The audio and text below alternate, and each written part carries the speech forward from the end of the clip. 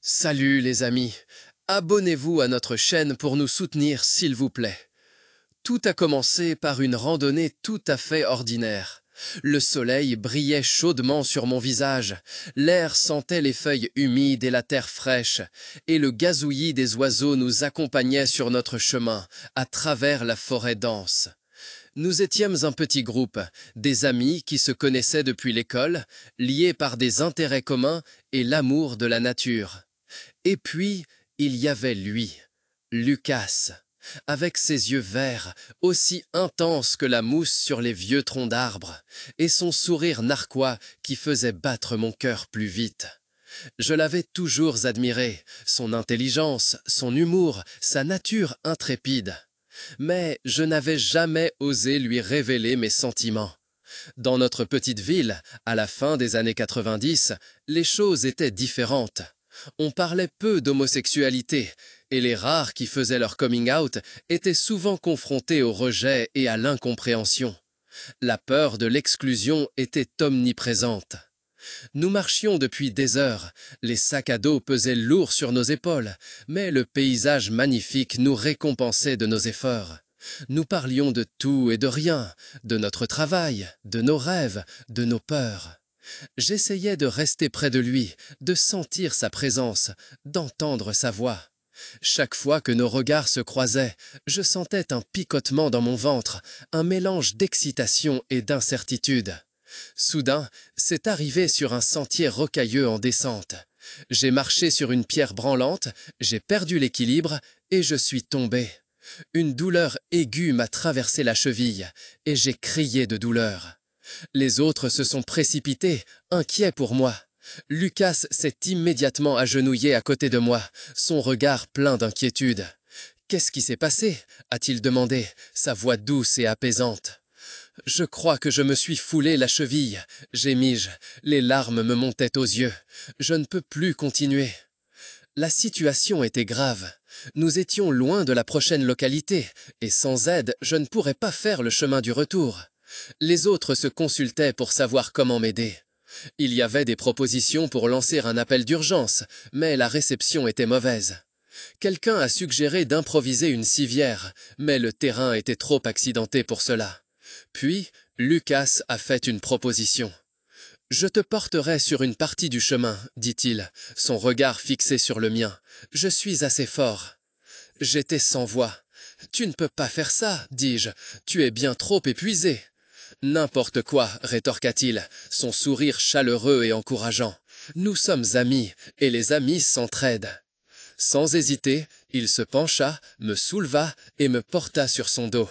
Ses bras s'enroulèrent fermement autour de mes jambes, son corps pressé contre le mien.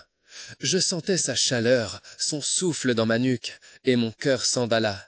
C'était une sensation indescriptible d'être si près de lui, si livré à lui. Pendant qu'il me portait, nous parlions à peine.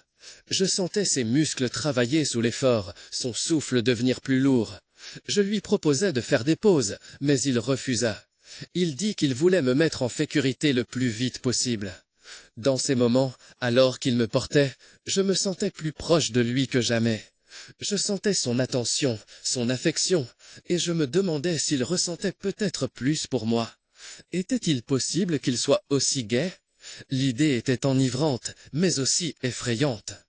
La question de l'homosexualité en Allemagne a été marquée au cours de l'histoire par la répression, la persécution et une lente acceptation. Le paragraphe 175 du Code pénal, qui punissait les actes sexuels entre hommes, était en vigueur de 1870 à 1994 et n'a été complètement abrogé qu'en 2100. Cette législation a largement contribué à la stigmatisation et à la discrimination des hommes homosexuels. Sous la République de Weimar, de 1919 à 1933, il y a eu une brève période de liberté et d'acceptation relative, notamment à Berlin. Mais avec l'arrivée au pouvoir des nazis en 1933, une nouvelle vague de persécution a commencé. Les homosexuels ont été diffamés comme nuisibles au peuple, persécutés, déportés dans des camps de concentration et assassinés. Après la Seconde Guerre mondiale, le paragraphe 175 est resté en vigueur dans les deux États allemands, bien qu'avec une interprétation différente. En République démocratique allemande, il a été assoupli en 1968 et complètement aboli en 1989. En République fédérale d'Allemagne, il est resté en vigueur sous une forme aggravée jusqu'en 1969 et n'a été libéralisé qu'en 1973. Le mouvement homosexuel en Allemagne s'est battu pendant des siècles pour la dépénalisation, l'égalité et l'acceptation de l'homosexualité. Des organisations telles que la Fédération pour les droits de l'homme et l'Action homosexuelle de Berlin-Ouest ont joué un rôle important dans la sensibilisation du public et la mise en œuvre des revendications politiques. Ce n'est qu'en 2001 que le partenariat enregistré a été introduit pour les couples de même sexe, leur accordant un certain nombre de droits et de devoirs. L'égalité complète avec le mariage n'affectait en général qu'en 2017 avec l'introduction du mariage pour tous. Le chemin vers l'acceptation de l'homosexualité en Allemagne a été long et difficile. Malgré les progrès juridiques, la discrimination et les préjugés à l'égard des lesbiennes, des gays, des bisexuels, des transgenres et des intersexes restent une réalité. Des efforts supplémentaires sont nécessaires pour créer une société dans laquelle tous les individus sont égaux et respectés, indépendamment de leur orientation sexuelle ou de leur identité de genre. Après ce qui nous a semblé une éternité, nous avons finalement atteint une clairière où nous avions une meilleure réception et pouvions passer un appel d'urgence. J'ai été emmené à l'hôpital où on s'est occupé de ma cheville. Il s'est avéré qu'il ne s'agissait en fait que d'une entorse, mais la douleur était néanmoins insupportable. Lucas est resté à mes côtés tout le temps, s'est occupé de moi, m'a apporté à manger et m'a fait la lecture. Je sentais mes sentiments pour lui devenir de plus en plus forts, mais je n'osais toujours pas lui dire la vérité. Le lendemain, quand je suis sorti de l'hôpital, il m'a raccompagné chez moi. Devant ma porte, nous nous arrêtâmes et je le regardais, le cœur rempli de gratitude et d'affection.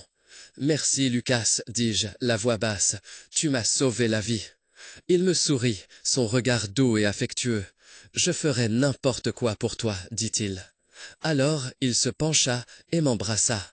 C'était un baiser doux, hésitant, mais il me fit l'effet d'un feu d'artifice à l'intérieur.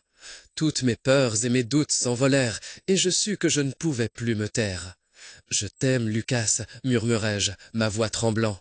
Il me sourit, ses yeux rayonnants. « Je t'aime aussi, Sébastien, dit-il. » À cet instant, sous la douce lumière du soleil couchant, nous savions tous les deux que nos vies étaient changées à jamais.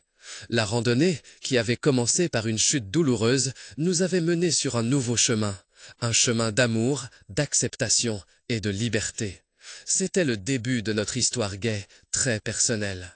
Et malgré tous les obstacles et les défis qui nous attendaient, nous savions que nous les surmonterions ensemble, car nous nous avions l'un l'autre, et c'était tout ce qui comptait.